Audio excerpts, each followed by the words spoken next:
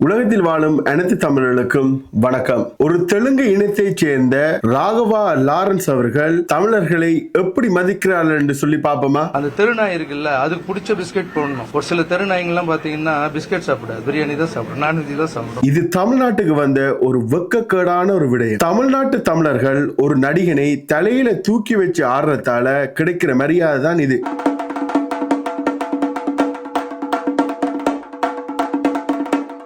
என்னடா எடுத்துணை இவரை பார்த்து தெலுங்கு இனத்தை சேர்ந்தவர்னு சொல்றீங்களே? ராகவா லாரன்ஸ் அவர்களுக்கு எவ்வளவு தைரியம் இருக்கணும்? தமிழ் தாயின் மூத்த புள்ள, நாங்களும் அமெரிக்காக்காரருக்கு பிறந்தோமா? தமிழ் தாயின் மூத்த பிள்ளைகள் என்று சொல்ற யாரு? தமிழ் தேசியவாதிகள். அமெரிக்காக்காரருக்கு பிறந்தோமா? நாங்க என்ன அமெரிக்காக்கு பிறந்தவனான்னு சொல்லி நக்கல் அடிக்கிறேன். முதல் இவர் தமிழரா? இல்ல. అక్కడే కదా ఆంధ్రాలో కదా మనం హైదరాబాద్లో ఏదో ఒక స్టార్ట్ చేయాలి మంచి టైం చూసి స్టార్ట్ చేయాలి. நான் தெலுங்குன்றதுனால எனக்கு தெலுங்கு ரொம்ப நல்லா பேச தெரியும். సో எனக்கு ரொம்ப ఈజీ తెలుగు அப்படியாங்க? మాస్టర్లు మహేంద్రలు అలా కాదు, నేను మాట్లాడేటప్పుడు సడన్ గా మాట్లాడంటే నేనే మాట్లాడితే మీకు తప్పకుండా అర్థం కాదు. ஆனா தெலுங்கு நல்லா படிச்சாலும் மலையாளம் நல்லா படிச்சாலும் அவன் தமிழன் தான் விளங்குது. அப்ப இவர்கள் எப்படின்னு சொன்னா நம்மளுடைய சேர்ந்து நம்மளை அழிக்கிறான்னு இவங்களோட பிளான். ஏன்னா அவங்களுக்கு தெரியும் அவங்களை யாருன்னு அடையாளப்படுத்தி தமிழனை கொச்சப்படுத்தினா தமிழன் கொதிச்சிருவாருன்னு சொல்லி. அப்ப அவங்கள தமிழனாக்கி கொண்டு தமிழனுக்கு எதிராக செயல்படுற. இதைத்தான் பாரதிதாசன் சொல்றேன், எங்கு பிறந்தாலும் தமிழன் தமிழனே, இங்கு பிறந்தாலும் அயலான் அயலானே. இப்ப ஈழத்தமிழர்கள் உலகம் முழுக்க யுத்த காரணமாக பிரான்ஸ், ஜெர்மனி, அமெரிக்கா, கனடா என்ற இடங்களுக்கு இடம்பெயர்ந்திருக்கிறோம். நாங்க இங்க நல்லா டச் பேசுவோம், பிரெஞ்சு கேட்பாங்க, இங்கிலீஷ் கேட்பாங்க. அதுக்காக வேண்டி நாங்க வெள்ளக்காரன் ஆயிரலாமா? இல்ல, நாங்க எங்களை தமிழனா தான் அடையாளப்படுத்துறோம். அவங்களும் அதைத்தான் விரும்புறாங்க. நீங்க தமிழனாவே இருந்துருங்க. இதான் Parthiban தெரிந்தனே. I am Parthiban, Radhakrishnan Parthiban, a Naidu Abbai. Yes, Naidu Abbai. But புட்டிந்து பெருகிது அண்ணின.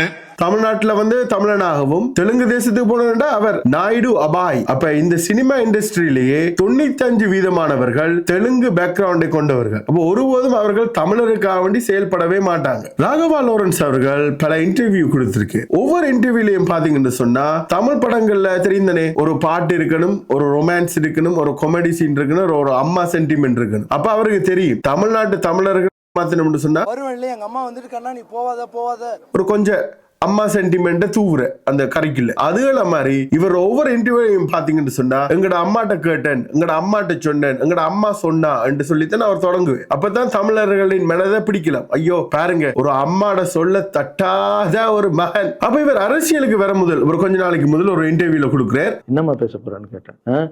பணம் கொடுத்தாதான் ஜெயிக்க முடியும், ஜாதி இருக்கு, மதம் இருக்கு, இதெல்லாம் தாண்டி வருது கஷ்டம் அவர்கிட்ட சொல்றேன். லாரன்ஸ் அவர்கள் அவங்களோட மாவை வச்சு ஒரு சென்டிமெண்டா உள்ள வர பாக்குறேன். உங்களோட அம்மாட்ட கேட்டேன் அரசியலுக்கு போகலாமான்னு சொல்லி. அப்ப அவ சொல்றாவாம், தமிழர்கள் சாதி மதம் பார்ப்பாங்க, அது ஒரு சாக்கடை, அதுக்குள்ள போகாத என்று சொல்றாவாம். இதை சொல்ல காரணம் என்னன்னு சொன்னா, இவரை நாங்க தெலுங்கர் என்று சொல்லி அடையாளப்படுத்தினா நீங்க ஒரு சா வரியர்கள், மா வரியர்கள் என்று சொல்லி விக்டம் கார்ட் பிளே பண்ணிட்டு போயிட்டே இருப்பேன். நீ ரொம்ப சைலண்டான ஆளு. தமிழின் மரபின்படி 63 நாயன்மார்களும் 18 சித்தர்களும் இருக்காங்க. ஆனா ராகவா லாரன்ஸ் அவர்கள் அவரின் இனத்தை சேர்ந்த ஒருவனை தான் கடவுளா வணங்குவேன்.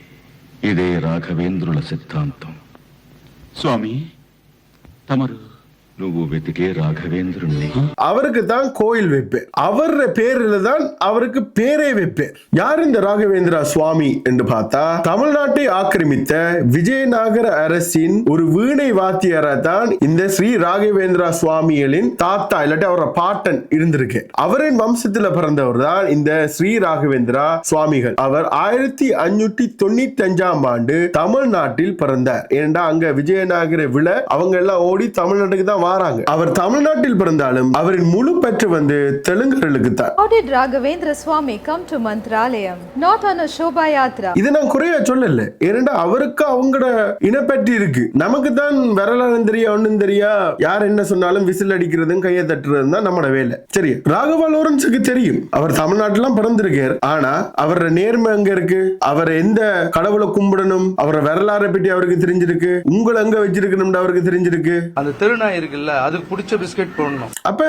நீங்க அவரை பிளேம் பண்ணலாம். ஏன்னா அவருக்கு தெரியும் அவர் யாருன்னு. ராகவா லாரன்ஸ் என்ன சொன்னாலும் அவருக்கு விசில் அடிக்கிறதும் கையை தட்டுறதும், என்னத்தை சொல்றார், எதை சொல்றார், இதுக்கு பின்னணியில் என்ன இருக்குது, இவரை யாரு இயக்குறாங்க, இதெல்லாம் நமக்கு கேள்வி கேட்கறதுக்கு வாய் வராது. அப்ப எல்லாருக்கும் ஒரு யோசனை வரும், இவர் ஒரு பெரிய ஒரு கடவுள் பக்தரே, கோயில் எல்லாம் உருவாக்குறார், இவர் யாரு, இவர் எவ்வளவு நல்ல ஒரு மனிதனா இருப்பார், இவர் எவ்வளவு ஒரு புண்ணியவான். அடிக்கடி இவர் ஒன்று சொல்லுவார், தர்மம் என்று. இவரோட தர்மத்தை கொஞ்சம் கிண்டி பாப்போமா? ஸ்ரீ ரெட்டி என்னும் ஒரு தெலுங்கு நடிகருக்கு இவர் சான்ஸ் கொடுக்க போறாருன்னு சொல்லி. Lawrence Garu, I met him through coordinator. Again, did you ask him any opportunity for in movies? Of course. இவ ஒரு ரூமுக்குள்ள கூப்பிடுற. So tempt yourself and do romance with your myself only with the mirror. What a craziest fellow he is. இவர உண்மையான சுயரூபத்தை வந்து அவ கிழிச்சு தொங்க விட்டுருக்கா. You are so sexy, your eyes are so sexy and your boobs are so sexy and you have good future. If I will give glamorous roles also, you have to do. இப்படிப்பட்ட ஒருவர கையில அரசியலை கொடுத்தா அப்படி இருக்கும். உனக்கு இங்க sign வைக்கணுமா, அங்க சைன் வைக்கணுமா, அந்த ரூம் இருக்கு போன்னு சொல்லுவேன். இப்படி எல்லாம் தமிழர்களை கேவலப்படுத்துறாங்க. சிந்தியுங்க தமிழர்களே. அதே போல ராகவா லாரன்ஸ் அவர்களின் அறக்கட்டளை வேலைகளை பார்ப்போம். அதாவது சேடி வேர்ல்ட் ஒரு வெப்சைட் இல்ல, இவர சேடி ட்ரஸ்ட் வந்து ரெஜிஸ்டர் பண்ணப்பட்டிருக்கான்னு சொன்னா இல்ல, இந்தியன் என்ஜிஓ ரெஜிஸ்ட்ரேஷன்ல போய் தேடுனா இல்ல, அதே போல என்ஜிஓ டர்பான்ல போய் தேடினாலும் இவர ரெஜிஸ்ட்ரேஷன் இல்ல, இவர ஒரு இடத்திலையும் லிஸ்ட் பண்ணப்படல. அதே மாதிரி அகரம் ஃபவுண்டேஷனை தேடினீங்க சொன்னா இருக்கும், ஆனா லாரன்ஸ் சேரிட்டபிள் ட்ரஸ்ட் தேடினீங்க சொன்னா there is no way finding his charity. இவர சேடி ஒர்க்கையும் இவர படம் வர்ற டைமையும் பாத்தீங்கன்னு சொன்னா சேம் டைமிங்லாம் வருது. இவர் என்ன செய்யறன்னு சொன்னா இந்த சேடி ஒர்க்கை வந்து ஒரு மார்க்கெட்டிங் டூலா இவர் யூஸ் பண்ணி அவரோட படத்தை வந்து ப்ரோமோட் பண்ற. இதுக்கு 2-3 உதாரணங்கள் உண்டு. ராகவேந்திரா லாரன்ஸின் அறக்கட்டளைக்கு சிரஞ்சீவன் 10 லட்சம் நன்கொடை வழங்கினார். இது வந்து